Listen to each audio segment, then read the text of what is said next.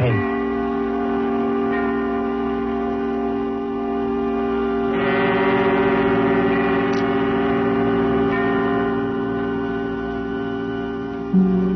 This is the Man in Black.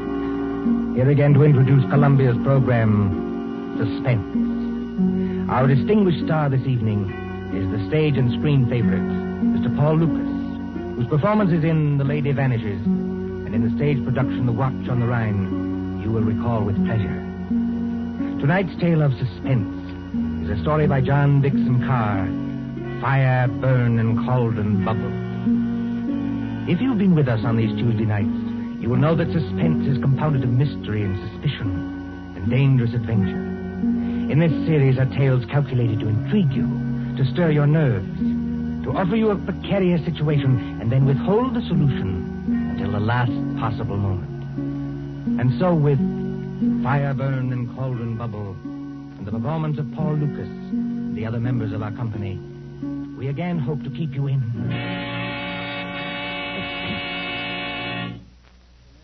Drury Lane Theater presents the distinguished American actor Myron Willard in Shakespeare's Macbeth, with magic effects especially designed by Ludwig von Arnheim.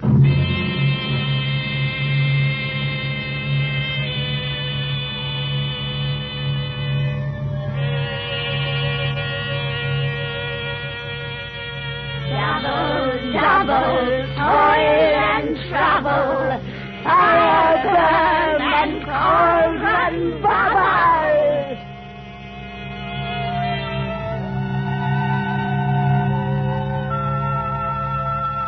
Historic Drury Lane Theatre, a relic of old London. On this site, in the cramped and crooked lanes of Aldwych, there has been a playhouse since Nell Gwynn sold oranges in the pit. The present theatre, though modernized, is heavy and darkened with time. By daylight, it is a dinginess of red plush seats, haunted by old ghosts. But at night, when the lights bloom for some new production, when the murmur of a crowd fills the carpeted aisles and the orchestra begins to tune up, it is kindled with that strange magic before the rise of the curtain. Forward 6 way, sir. E12 and 13. Program. Pocket. Thank you. No, madam. This is Rowie. Your seat's a G4. And backstage, where nerves crawl and there is a tendency to scream, the three witches of the play are huddled around the peephole in the curtain, looking out into the audience. They are hideous-looking creatures, these witches, in gray rags like cobwebs. But as they speak... Dear, I am scared. Don't let it bother you, darling. You can't even see the audience when the floats are on. There's nothing to worry about. Nothing except the size of the take at the box office. You won't even have to worry about that tonight. Look out there. You two are shaking as much as I am. Now, don't pretend. All right, all right. Everybody's jumpy on first night. What I can't understand is why they want to use young girls as witches and then make us talk in cracked voices as though we were 80. Double, double, toil and trouble, fire, burn, and cauldron bubble. Oh, what's that? Say, dear darling, it's only one of the ghost effects. You've been hearing it for weeks at rehearsals. I will say this for Myron Willard, as an actor and a manager, too. He's the first one who's ever had a real professional magician to do the ghost effects for this ham show. Oh, are they, Celia? Look there. Where? Out in the audience in the second upper box on the left-hand side. Oh. Don't you see the woman who's just coming in? Yes, I can see her. Not a bad-looking bit of goods for her age. What about her? But that's Marcia Blair. Marcia Blair? You don't mean you've never heard of her? I can't say I have either, if it comes to that. Move over, Ivy. Give us a squint. Marcia Blair used to be Mr. Willard's leading lady. She was a very great actress 15 years ago. Oh, 15 years ago. She's had a terribly romantic history. Well, she's made lots of money and retired from the stage. Then she married some horrible no-good, and... Do you see that tall gray-haired man standing beside her? Well, he doesn't look much like a no-good. That's not the man I mean, Celia. That's Howard White, her second husband. Oh. They say he loved her for years and followed her about and practically worshipped her. But she was married to this no-good and wouldn't get a divorce. Then the no-good died, I suppose. So Marcia Blair and her faithful Howard got married. Yes. I remember reading in the paper that they've been married 1 year tonight.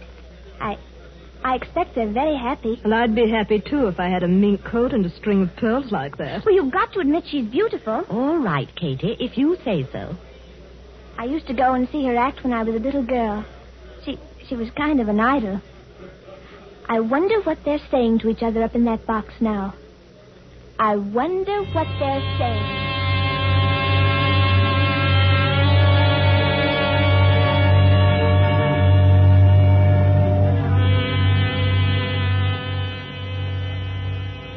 Marcia, dear, I wish you wouldn't be so uneasy. Nothing can happen to you here. You're uneasy yourself, Howard. Yes, I suppose I am a little. Howard, I know I shouldn't be talking like this on our first anniversary, but that's what worries me. What if Barry isn't dead? What if he isn't dead? Oh, listen to me, darling.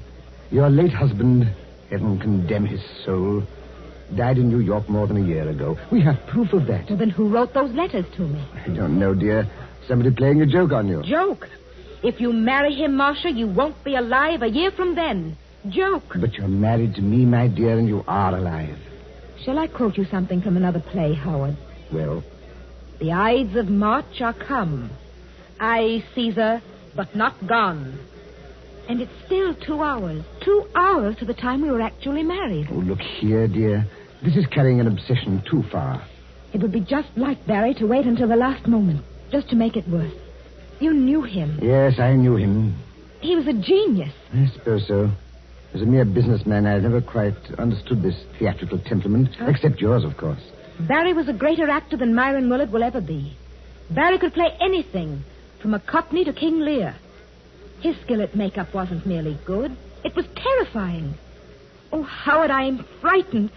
Suppose he's managed to get close to us tonight, and yet we can't see him. Well, the music started, Marcia. I shall have to go. Must you go, Howard? Really? If I break this appointment with Ferndale, dear, the deal will be called off. And since I haven't got too much backing anyway, All right, dear. I understand. Go ahead. Unless you wanted to come with me. And Miss Myron's opening tonight? Oh, I couldn't do that. I tell you, you'll be perfectly safe here, dear. Of course, Howard. I know that. You're in full view of 3,000 people. Nobody could attack you. The only door to this box is guarded. Outside that door will be Miss Fenton, who's devoted to you, and the chauffeur who's even more devoted to you. What could happen, dear? Nothing, of course. And I'd prefer to be alone anyway. Yes, I rather guessed Oh, that. please, dear. It's just that I can't endure anybody being with me when I'm watching a great play. But that doesn't include you, darling. Then, if you'll accept these, madam, in honor of our first anniversary. Oh, Howard. Well, they're lovely. Of course I'll accept them. And here's a program. Got everything else you need? Yes. Yes, I think so. I'll just open the door to the passage to make sure our watchdogs are on guard. Yes, they're out there, all right. Good night, Marcia. See you in an hour or two. Good night, Howard. And good luck. Miss Fenton, Bradley. Yes, Mr. White. Yes, sir. Anything wrong? Miss Fenton, you've been my wife's companion secretary for 5 or 6 years. Yes, Mr. White, and I've loved every minute of it. And you, Bradley, you haven't been my chauffeur for quite so long, but they tell me you're an ex-wrestler. That's right, sir. Champion of the Shoreditch Athletic Club. And in my prime, though I says it as shouldn't, as good a man as ever climbed through the ropes. Now, you know your instructions, Bradley. You trust me, sir. Nobody gets into this here box tonight unless it's over my dead body. Nothing must happen, do you understand? Nothing. Please, you're as white as paper. As for you, Miss Fenton, I'm afraid it's a little awkward. I know I ought to ask you to go in and join Marcia, but... Oh, you needn't apologize, Mr. White. I know she doesn't want company. She'll be leaning forward with her elbows on the box rail, just as she always does. She isn't merely watching a play. She's acting, Lady Macbeth. Every line, every gesture. And I don't mean to disturb her. You won't leave this door, either of you. You trust me, sir. If... no. Well, anything wrong, Bradley? There's a very rummy-looking cove coming along the passage, sir, wearing a big black cloak with a red lining. Oh, that man, Bradley. That's only Herr von Arnheim. He's a professional magician and escape artist. I was just wondering... excuse me. Don't worry, Mr. White. We'll look after her. Von Arnheim. I say von Arnheim. Thou canst not say I did it. Never shake the gory locks at me. I beg your pardon? And I beg yours, my friend. I was merely quoting a line from the play. You are not leaving the theater. Surely not walking out on Macbeth. I'm afraid I've got to. Oh, that's a pity, my friend. You will miss some of my best effects, to say nothing of Shakespeare's. When Banquo's ghost appears at the table. I don't want to hear any more about ghosts, thanks. Banquo's or anybody else's. I imagine you mean your wife's late husband. You've heard about it, then? Yes, your wife has told me a good deal. She seemed to think that in my profession I might have some charm over demons or spell against ghosts. You know, Von Arnheim, in a muddled kind of way, that's what I've been wondering myself. Unfortunately, no. I am all too human. But your problem interests me. And I confess it worries me. Worries you? What about me? As I understand it, her first husband was a half-mad American actor who later went completely mad and died in New York. His, what's the word I want? Obsession? That's it, obsession. His obsession was Marcia Blair's eyes. Yes, always her eyes. They seemed to hypnotize him. It is not new, you know. You'll find the same motive, the eyes of a beautiful woman, all through the works of Edgar Allan Poe. Then, as I understand it, after this man's death, she began to receive a series of letters. Foul letters. Apparently written by him, and threatening her with some rather horrible form of death if she married you. I tell you, Barry Lake is dead. He can't get up out of his coffin. Oh, getting out of coffins, my friend, is not so difficult. I have done it myself. Oh, please stop joking, Von Arnheim. You don't happen to be dead. True. There is that small difference. Is your wife here in the theater tonight? Yes. She wouldn't have come here except that it's Marion Willard's first night. We haven't seen Marion, either of us, in years. She's back there in box D. So I hear. I was hoping that you might invite me to share the box. Look here, old man. I don't want to seem inhospitable, but... She doesn't want company? Well, that's about it. Well, then walk back a little distance with me, this way, so that we can see the stage from the back of the dress circle. Now, the orchestra has stopped, and they'll ring up in a moment. There. Look at it. Look at what? The stage, man. The lights have gone out. All except the dim yellow footlights shining at the curtain. The last cough, the last murmur, the last rustle of program dies away in one vast, breathing hush. The curtain goes up. Let go of my arm, Von Arnheim. I've got to leave. Now, what are the stage directions? A desert place. Thunder and lightning. Enter 3 witches.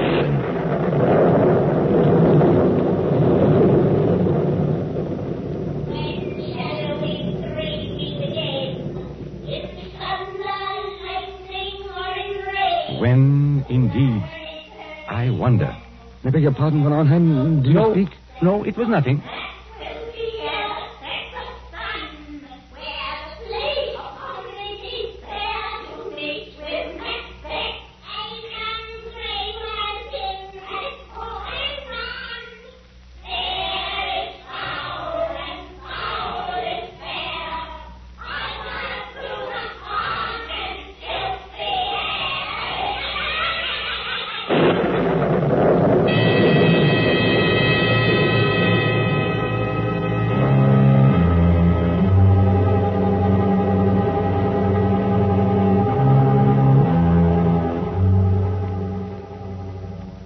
London newspapers for that year 1936, you may read how Myron Willard triumphed at Drury Lane as Macbeth.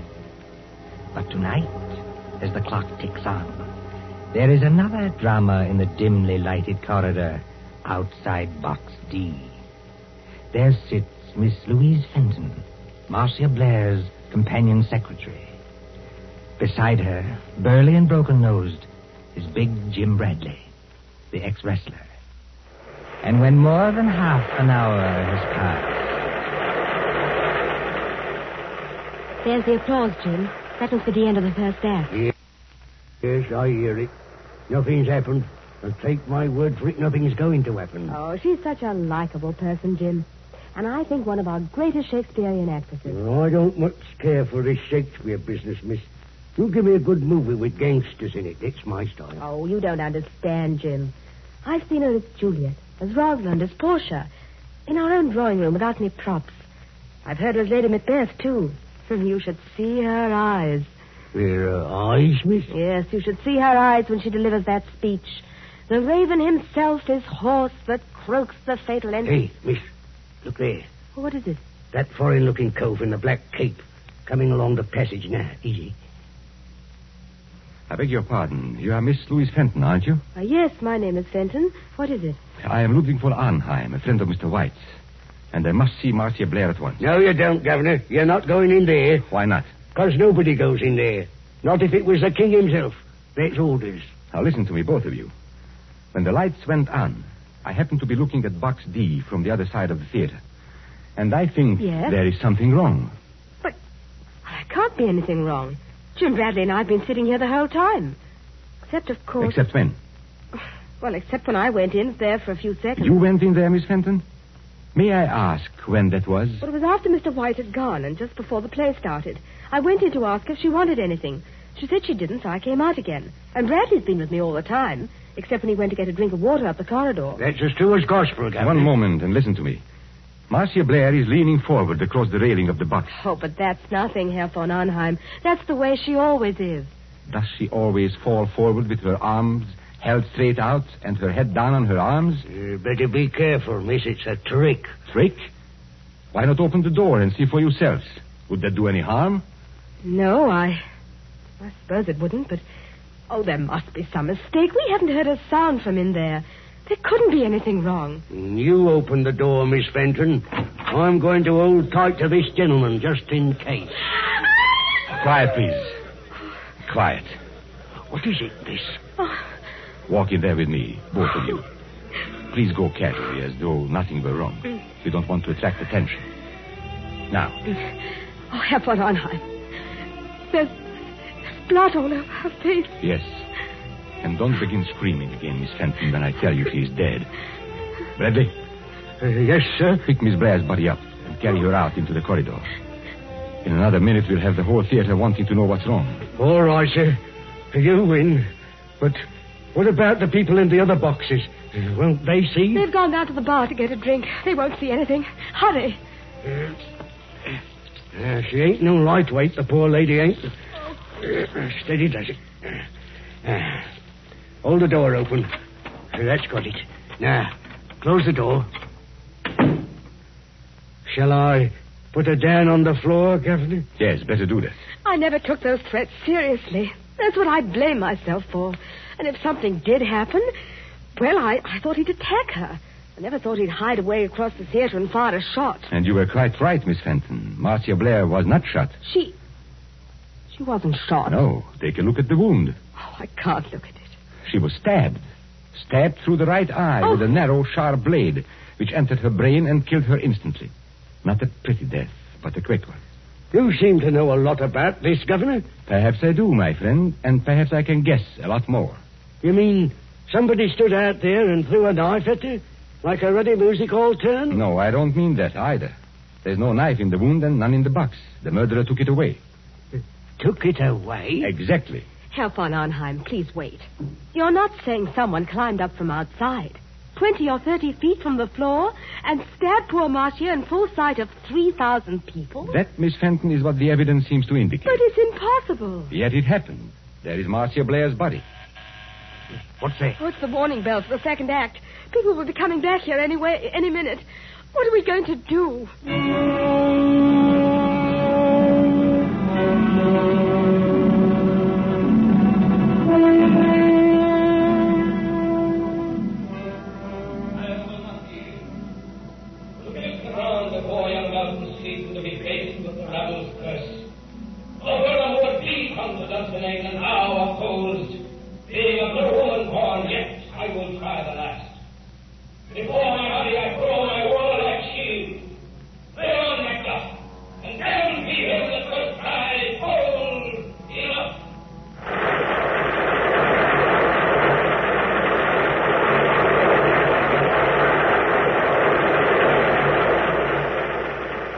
Applause, acclaim, triumph. Myron Willard is Macbeth. Helen Gale is Lady Macbeth. Magical effects by Ludwig von Arnheim. Very few persons knew that there is a dead woman in the theater. But at the end of the play, it is a different story.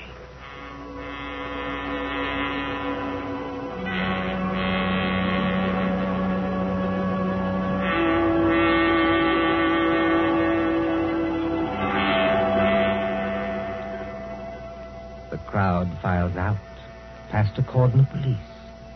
The lights are extinguished.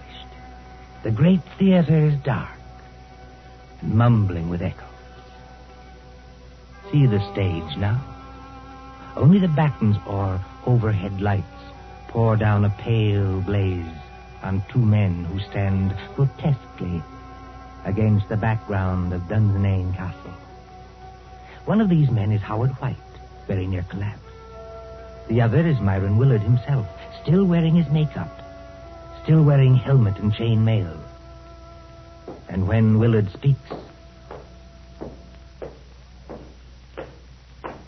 Howard! Howard White! Confounded man, can't you hear what I'm saying? Excuse me, Madden. This is almost finished. Oh, not that I'm blaming you, old man. Thank you, Madden. It's traditional, you know, that Macbeth's an unlucky play. But up to the very end, I thought I'd never done better. 11 curtain calls. No, 12. How did you like my tomorrow and tomorrow speech? I'm sorry, Madden. I'm afraid I didn't hear it. Yes, poor old Marcia. She'd have hated to die like that. Marcia was proud of her eyes. Always nearsighted as an owl, but too vain to wear glasses. Uh-huh. There's Von Arnheim looking at us from under the castle archway. Von Arnheim!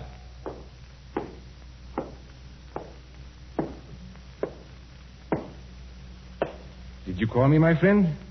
You're rather difficult to recognize under all that Macbeth makeup. Yes, I was just thinking the same thing. Never mind that. Where are the police now? At the moment, Mr. Willard, the police are in your dressing room. They are using it for questioning. No reception tonight, of course. No, but I thought you might be interested in 2 items of information that police have just discovered. Go on. We had a fairly full house tonight, I believe. Fairly full. Every seat was reserved. Reserved, yes, but not occupied. I don't follow you. 1 box on the ground floor, box E to be exact, was empty. Reserved and paid for, but empty. And box E, oddly enough, was just underneath the one occupied by Marcia Blair. Well, all the same, I still don't see quite what you're... Now, our next item of information comes from an usher. An outside eye seat in the stores, very close to that empty box, was occupied by a very curious stranger who arrived late in the dark and slipped out again by a nearby exit a few minutes afterwards. Just 1 moment, Von Arnheim. Are you saying this stranger climbed up and attacked Marcia in full view of the audience? No, my friend. The murderer did not approach from that direction. Then he must have reached Marcia through the door, guarded by Bradley and Miss Fenton? No, not from that direction either. Confound it, man. It must have been one way or the other. Not necessarily. Now, tell me, Howard, don't you think I've got enough troubles already without this nightmare on top of it? Herr von Arnheim. Herr von Arnheim. You must take it easy, Miss Fenton. You must not excite yourself. Have the police Yes. been... Look, you've got to help me. They won't believe me. They won't believe the young lady, sir, and that's a fact.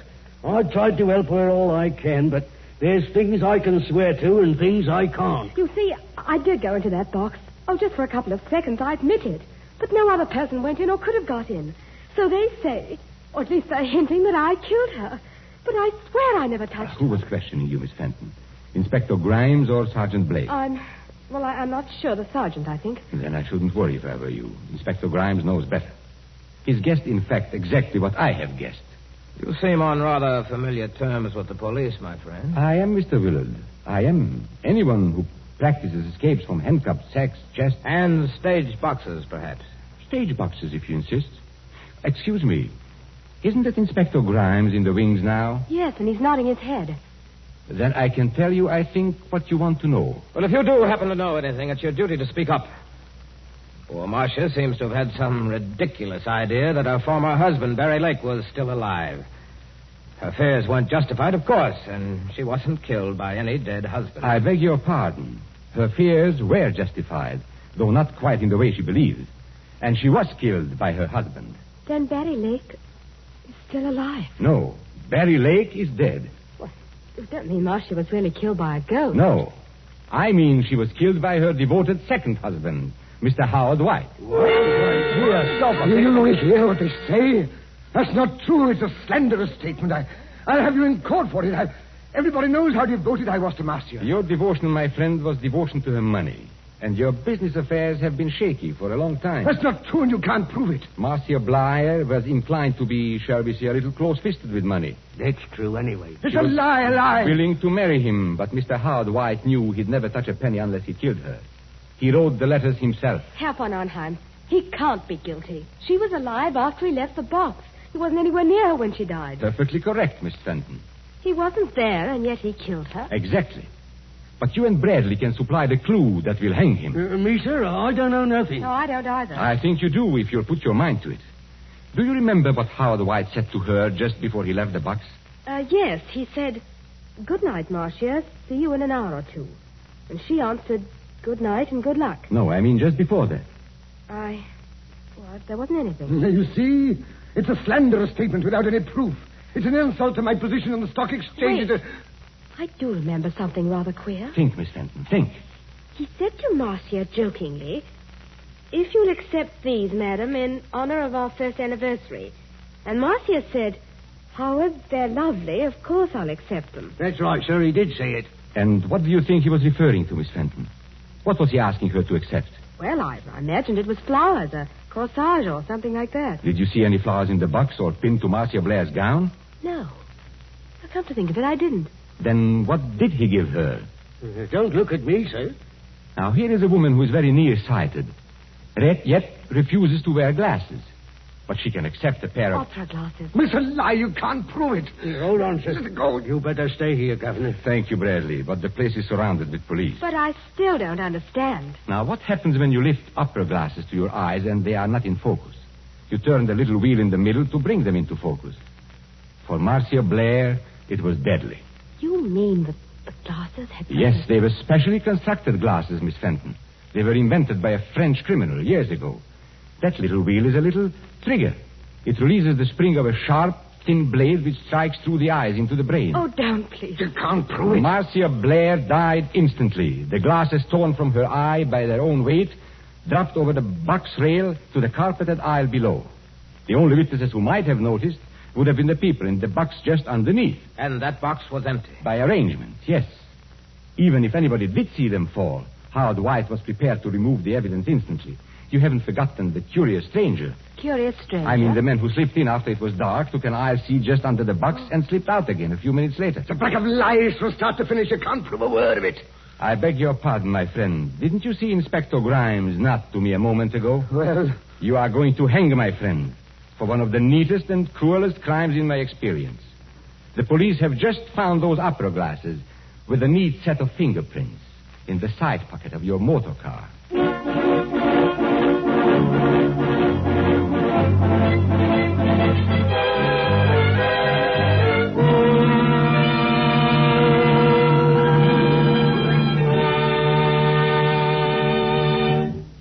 And so ends Fire Burn and Cauldron Bubble, starring the distinguished actor Paul Lucas.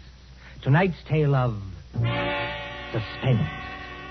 This is your narrator, Ted Osborne, the man in black, who conveys to you Columbia's invitation to spend this half hour in suspense with us again next Tuesday, same time, when Nancy Coleman stars in Fear Paints a Picture. William Spear, the producer, John Dietz, the director, Bernard Herrmann, the composer-conductor, Robert Salmon, studio technician, and John Dixon Carr, the author, collaborated on tonight's Suspense.